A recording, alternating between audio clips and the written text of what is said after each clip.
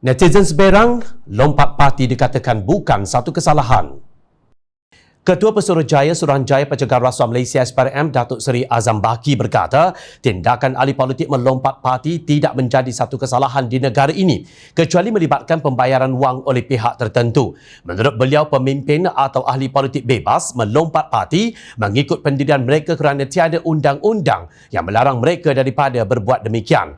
Akta anti lompat parti tidak wujud lagi. Jadi sebab itu saya tidak mahu komen sangat. Ini bukan satu kesalahan dan terdapat juga mereka keluar parti jadi hebat. Itu bukan satu kesalahan di negara kita, katanya di Petik Ashraf Awani.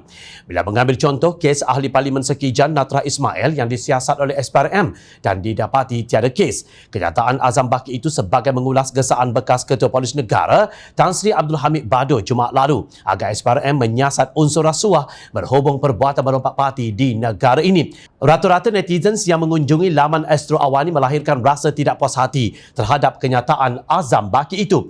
Netizens Abdul Rahman Khamis berkata lompat tak salah. Yang salahnya lompat untuk selamatkan diri daripada terbabit dalam kluster mahkamah. Gitu. Komen Abdul Rahman telah mendapat 57 likes. Seorang lagi netizen Akmal Farid Fuad berkata, ahli politik boleh melompat kerana tiada undang-undang yang menghalangnya. Kalau lompat disebabkan prinsip tak melibatkan imbuhan dan sebagainya, then okeylah. Tapi yang orang suruh siasat tu bila ada dakwaan lompat sebab dalam reward atau diugut dengan punishment, sebab itu kena siasat. Barulah tahu dakwaan itu benar atau tidak. Tak nak ulas tak apa, tapi siasatlah, ujarnya. Netizen yang memakai nama Sarip Dol pula menyindir. Tak payah mengundilah kalau boleh lompat sana sini. Kau ingat minyak tol free ke? Pergi balik mengundi lepas tu lompat sana sini.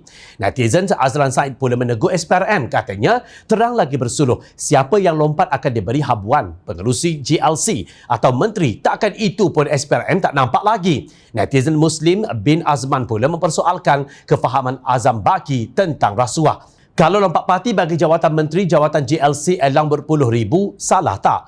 Kalau tak reti jawab, baik letak jawatan. Definisi rasuah pun tak tahu macam mana nak jadi pengarah Pesuruhanjaya SPRM.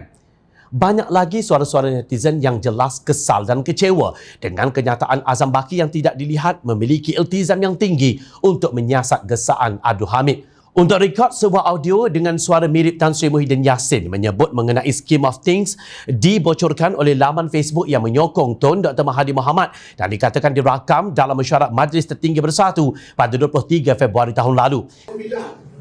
Kalau kita ambil kata seorang-seorang saya dah cakap apa-apa, mungkin ada di antara mereka, terutama kalau mereka ada tawaran-tawaran itu, why not? Ujar suara dalam audio tersebut. Suara itu juga menyebut mahu memberi songkokan jawatan kepada penyokong bekas Perdana Menteri Datuk Seri Najib Razak.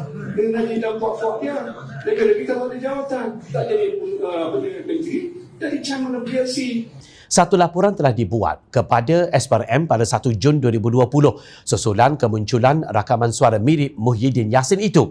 Namun sehingga hari ini rakyat masih menunggu apa terjadi kepada laporan itu. Kenyataan Abdul Hamid jelas membuka pekung di dada Kerajaan Perikatan Nasional yang turut disembunyikan menerusi jubah dan serban agamawan yang bersekongkol. Gesaan supaya episod kata-kata politik ini disiasat seolah-olah mengiyakan bahawa audio mirip suara Muhyiddin Yassin itu adalah benar. Maka tidak wajar bagi SPRM menggunakan alasan tiadanya undang-undang anti lompat parti di negara ini kerana yang harus disiasat ialah sama ada wujud rasuah sebagai ganjaran melompat, bukan perbuatan melompat parti.